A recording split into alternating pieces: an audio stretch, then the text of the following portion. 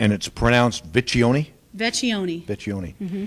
So talk about this tournament coming up this weekend. Well, it's our first opportunity of the 2015 season to play at home, so we're very excited about that. And we play 5 games in the weekend. We open up Thursday night with a doubleheader against IUPUI, and then we go from there Thursday through Sunday. Do you know much about these teams? Some we know more than others, especially like the teams that are on the West Coast, and that even if they were across the country, if we've played in the past. But we usually get some kind of scouting reports. If we haven't scouted them ourselves, then through, friends, fellow coaches throughout the country, try to get some information on their pitchers and hitters. Could you talk briefly about the culture of softball, all the antics that go on in the dugout during the game?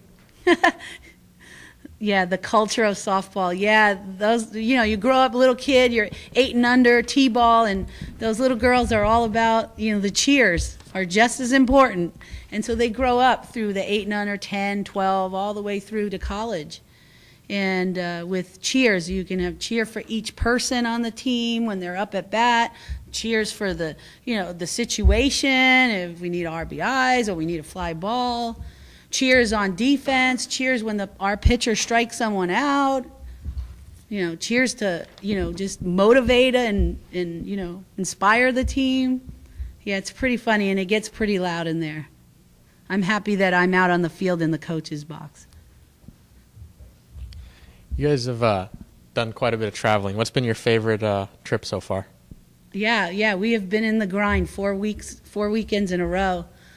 Favorite trip? Wow, I think definitely Palm Springs, the Mary Nutter Classic. Mm-hmm.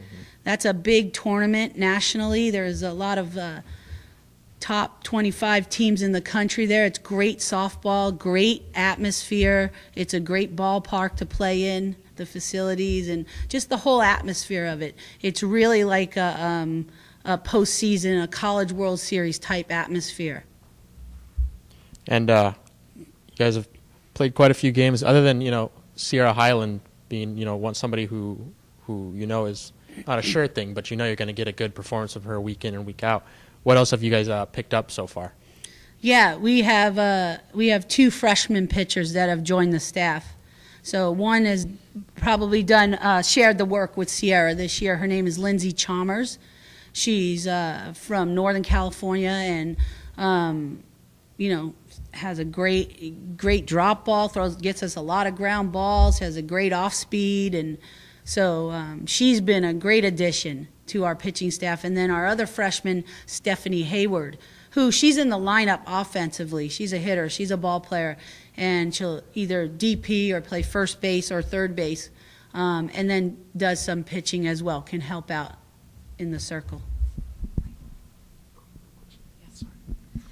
What this weekend the teams are playing, are there any that are particularly standing out to you guys?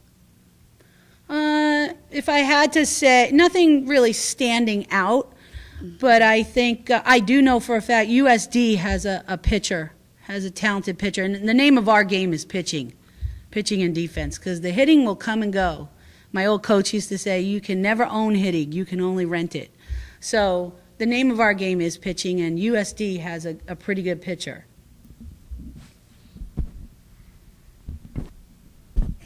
What do you take from some of these games against the Floridas of the world? Because, they're not teams that you're going to see when you get to the Big West Conference. What do you take from those experiences? Right. Well, they're an elite team, and they've proven that over the years.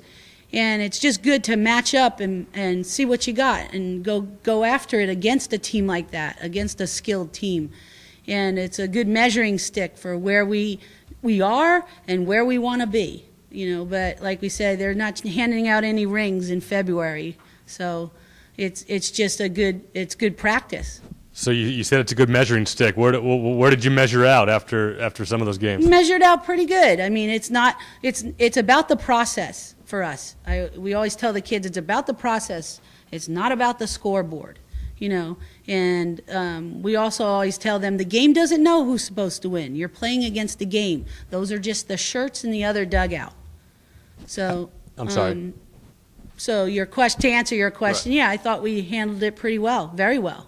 How do you manage Sierra? Is there a pitch limit? Is there an innings limit? Or because she's someone that obviously gives you such a good chance to win every time she's on the hill. Right, and we can't just have her pitch every single game, and we wouldn't do that. You have to have a staff, and those 2 freshmen that have come on have helped us a lot, and especially Lindsay Chalmers.